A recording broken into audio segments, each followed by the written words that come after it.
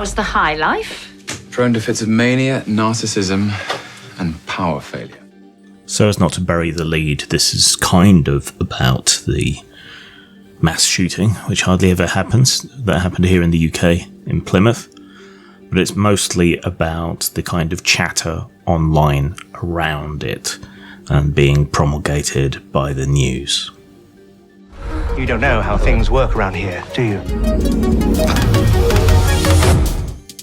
Have you heard of Lewis's Law? Lewis's Law is a rather obviously logically fallacious argument about feminist articles online. And the argument goes that any feminist article posted online is justified by the response in the comments. In that, people object. People get outraged and upset about the content of the article, typically, particularly if it's especially strident or unevidenced or whatever. Now, obviously this is untrue, because if you look at articles promoting, I don't know, say, fascist ideas online, then the reaction to that is profoundly negative and does not in any way justify fascism. Right? That seems pretty fucking obvious. So it's an invalid argument, but nonetheless, when some disingenuous chucklefuck comes out with an article that mentions Gamergate, it does feel like the article justifies the existence of Gamergate, since said articles are almost universally willfully inaccurate, unethical smear jobs trying to create links between GG and whatever tragedy du jour around online culture or the rise of the alt-right or whatever, they can reach to with a reach worthy of Mr. Fantastic. Is that a horse? Probably. On the 40th floor. So we just had a mass shooting in the UK. It doesn't happen very often.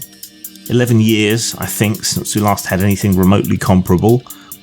The guy turns out to have been a terminally lonely incel. Though that term doesn't really mean much anymore. He was very online, and so naturally, the first thing that a lazy journalist's mind turns to is fucking Gamergate. I'm a fast learner. Draw me a fucking picture.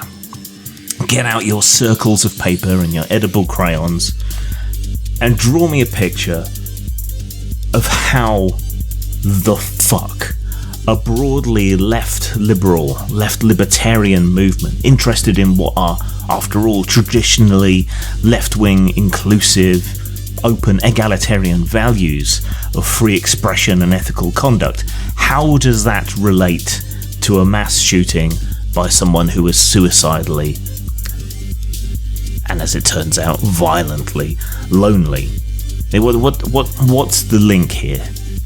Get out your corkboard and your pins and your pieces of string and show me your conspiratorial thinking as to how one connects to the other.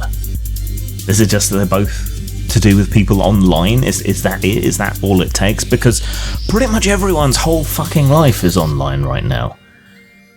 Especially with lockdowns and COVID and everything. People's lives are being conducted online. So if that's your sole criteria, we can link anything to anything else. Auntie Sandra, you posted those begonias last week, and it seems to have resulted in an incel shooting. That's the kind of logic that's involved here. A total absence there fucking of. How exactly? He had not yet decided.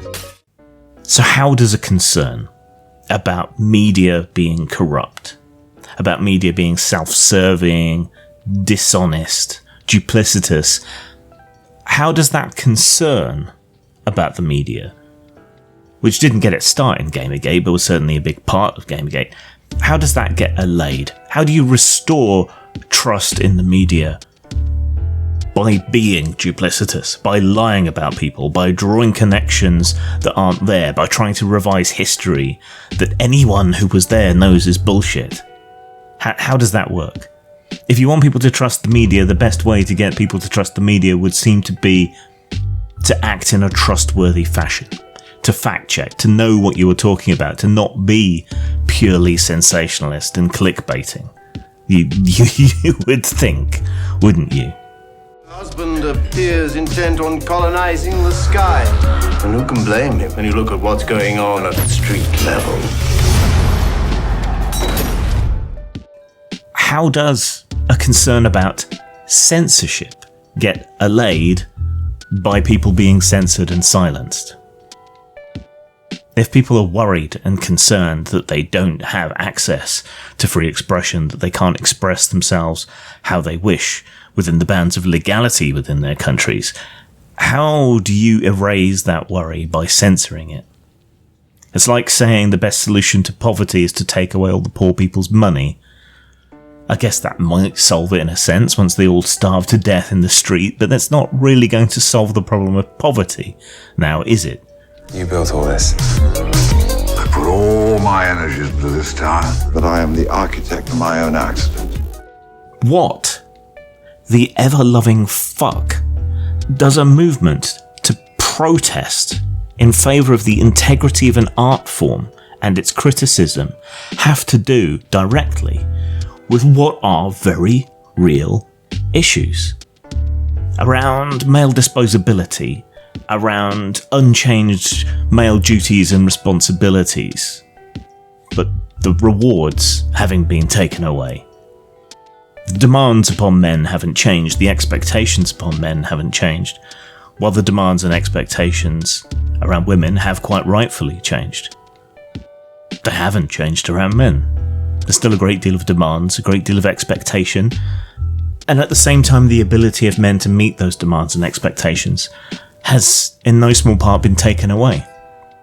So how does Gamergate, a consumer revolt against pretentious, self-destructive media in the arena entirely of computer games, how does that relate to this male disposability?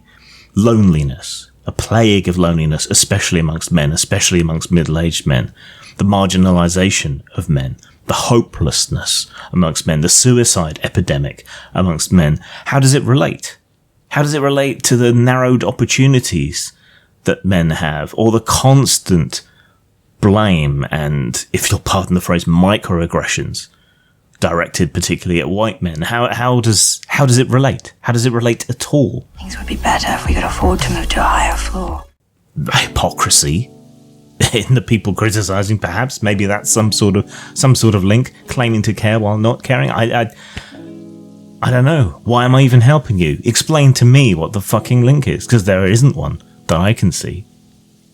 When it comes to incels, incel just means involuntary celibate. It's not a movement. It's not an ideology. You seem to be conflating it with other things when you say that. All it means literally is that you're down to fuck, but you can't get any. You want to be sexually active, and you can't be. That's it. Say two. The ones who are the real danger are the self-contained types like you. Perhaps you're right. I mean, fuck this guy in particular. He's obviously a cunt who's gone around and externalized his pain by murdering people. Yeah, he deserves to be dead for what he did. But you're not going to stop any more of this kind of thing happening by attacking a movement that hasn't been around in years. And you're certainly not going to solve it with further ostracism of people like this, further othering and condemnation, and using incel rather than the term of pity, sympathy, empathy and compassion, turning it into an insult to say that someone is scary or dangerous necessarily.